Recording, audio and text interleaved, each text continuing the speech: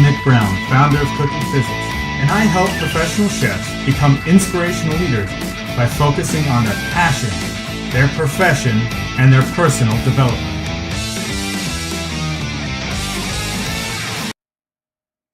Welcome. I am so glad that we are here together.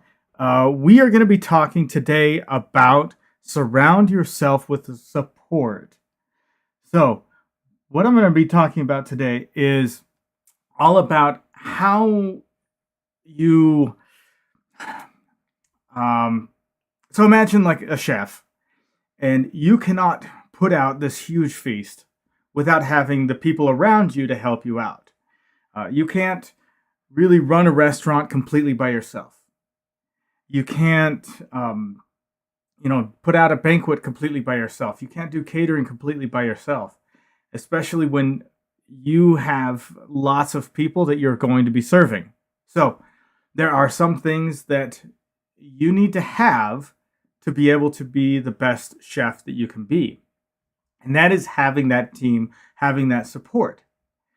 So what is it? How can you build that support? How can you have that support network around you so that you can become the best that you can be? So let me talk about each one of these things. The first I'm going to talk about is, who do you have above you? Who are your mentors?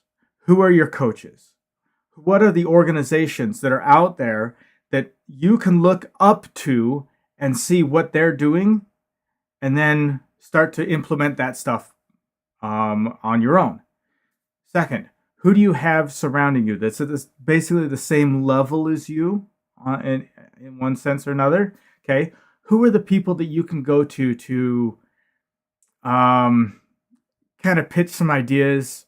Who can you go to and just kind of talk things out, and even to the point of just venting? Other people that are at the same level as you that you can vent to, and they just let you vent, and then they're like, okay, now shut up, now get back to work. Not just let you vent and just vent, but let you release that and just get rid of that and get it off your shoulders, and then just, okay, now let's get back to work, dude. Okay. And then finally, who do you have underneath you? Who are the people that are helping you, that are supporting you? Okay. If you are an executive chef, that would be your sous chefs, that would be your lead line cooks, the prep cooks, and everybody like that. Okay. If you're just a prep cook, that'll be your friends that you've got around you. That'll be the dishwashers. That'll be your coworkers. Okay. Who are the people that are helping you to support you and lift you up? So as you're kind of thinking about this, what is it that you need to be able to get to the level that you want to be at? What are your friendships? What is your friendship circle that you have that are going to help you achieve that next level, to help you get up to that point? Surrounding yourself with that support is very important. And having that friendships, having those mentors, having those coaches are what's going to propel you faster than anyone else. Now, this is something that a lot of chefs have a difficult time with. And it's not because they don't have their team around them. It's because when we are learning how to become a chef, when we are moving up the ranks, the focus that we always have is on what are we doing as an individual. Okay? You are rewarded for what you do as an individual, how fast you're working, how accurate you work, the efficiency that you have, the sense of urgency that you have, your promptness, and everything that has to do with you as a person. And you progress and you move up from one step to the next step to the next step, a lot of times just because of what you do as an individual. And the culinary field has this kind of sense that in order for you to bump up to the next level, the person at the next level usually has to mess up.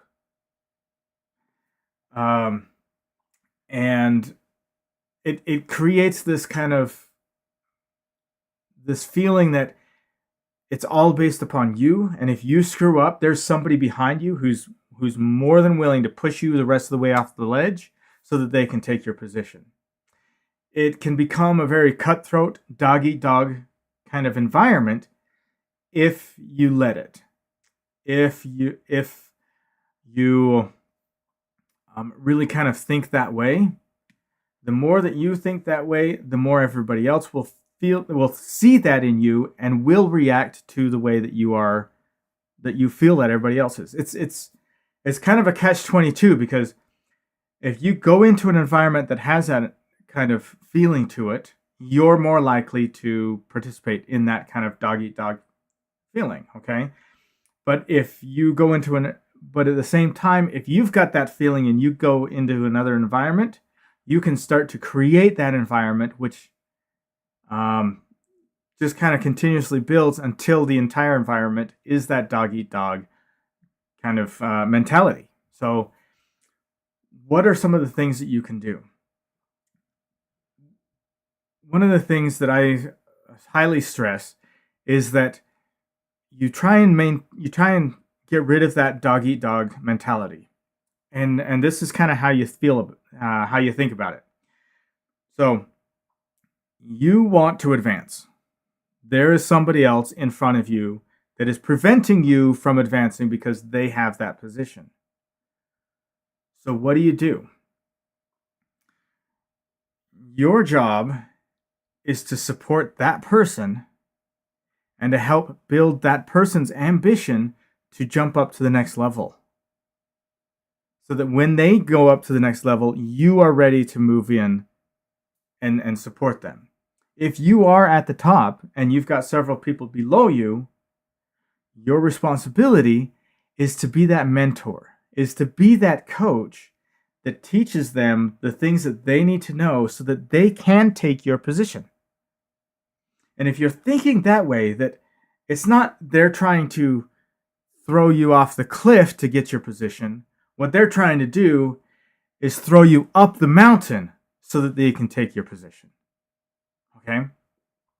So you need to start to build the environment around you, start to build the friendships around you that support that kind of a mentality, where you are trying to improve, they want you to improve, and you're all going to improve together. Because if you're able to do this as a team, if you've got this network of friends, network of coworkers who are all striving to become the best, and they're all excited about each other's accomplishments and just want to kind of lift each other up, and the people that have reached that level are like, I want you to come up and hang out with me at this level, it just begins to create a different environment where people are excited to work.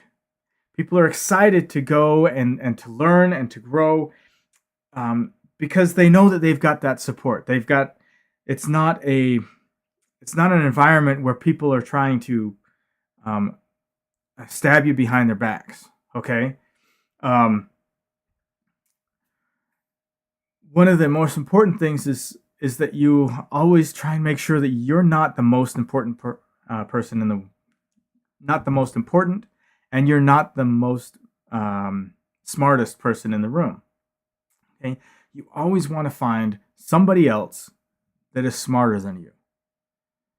Now, if you're the executive chef, you need to find other people who are smarter than you and have them work with you, have them work for you.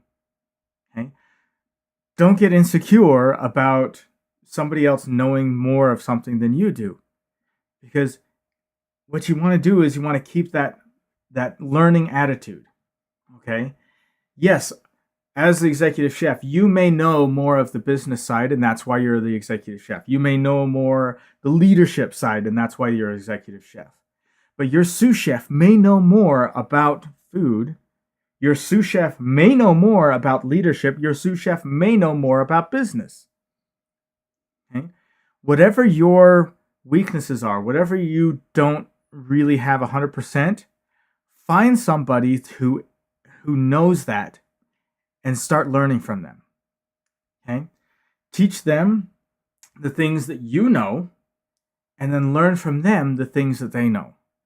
And if you can maintain that relationship where everybody is kind of learning one person to the next, and nobody is really the smartest person in the room, everybody's got their strengths, but everybody's learning from everybody else.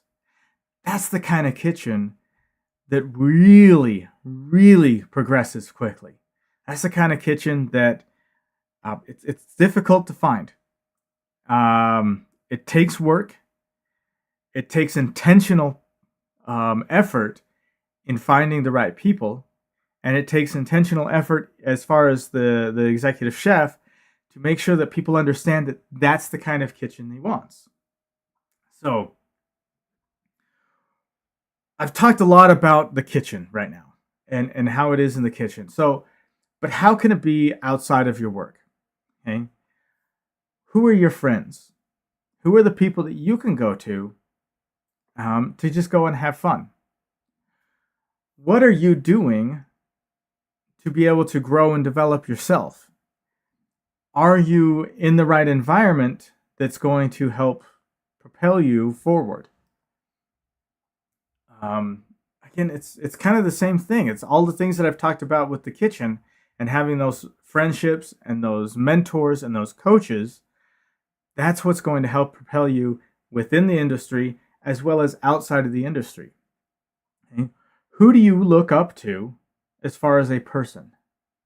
Who do you look up to, say one of your hobbies that you have, one of the other passions that you have in your life? Do you have that kind of person? Do you have a coach to be able to get you to that point? See, in the restaurant industry, having a coach it's kind of weird. Okay, you kind of think there's a lot of ego that chefs have because, like I said, we worked really hard to get where we're at, and it was all based upon our efforts, and so we deserve to have what we've got. And the thought is that like I accomplished that by myself, so I shouldn't need any more help. And it's kind of a tough kind of a thing because yes, you did accomplish it, but you always could use more help. If you're going to let's just say, you're going to learn the trombone, okay, and you really don't know how to play the trombone, but you want to learn. What is one of the first places that you're going to look to learn about how to play the trombone? It's probably going to be online, okay? You're going to start researching and doing all those kinds of stuff. Now, you can get fairly far by just, your knowledge and things like that. But if you really want to progress faster, one of the first things you do is you get yourself a private tutor, a private teacher, okay? Where that person is going to work with you one-on-one. He's going to see the things that you're lacking. He's going to take the experience that they have and pass that on to you and help you grow and develop on a one-on-one basis. The same kind of thing can happen within the kitchen, okay? You can have a coach. Now, a coach is going to be a little bit different than a mentor. A mentor is somebody who you look up to and you may be able to talk to every once in a while. You may not have that personal connection, and they're not really 100% focused on you and your progress. They're just kind of teaching you things as you're asking them questions, okay? Whereas a coach is going to look at you, the situations that you're in right now. They're going to help you to understand that and to review the things that have happened within your life. And they're going to help you realize that you are ready for the next step. All you need is maybe a tip or a trick or something that's going to really propel you forward. So having that support, having that person around you that is focused on you and helping you grow is going to help you progress a lot faster. Okay? What's the next thing I want to talk about? Make sure that your friendships are ones that build you. Those core friends that you spend your most time with, make sure those are the ones that really support you And it's not just so much that they accept you for who you are, they accept you for who you are, but they're always pushing you to become better. Go try and find those kinds of friends. They're always trying to push you and challenge you to become a little bit better. Now, within this coaching program, one of the things that I have integrated into my coaching program is with the group coaching. If you become part of my coaching program, you will also become a part of a community of other people who also have these kinds of goals in their lives. And you will find that you have a wide range of people that have a wide range of experience. And as we're going through these coaching, you can spend some time with them and learn from them. We will have a community of all the people that have been within my coaching program that you can ask questions from. You can start to build your network and start to find those friends who are going to help you and progress and challenge you to move forward.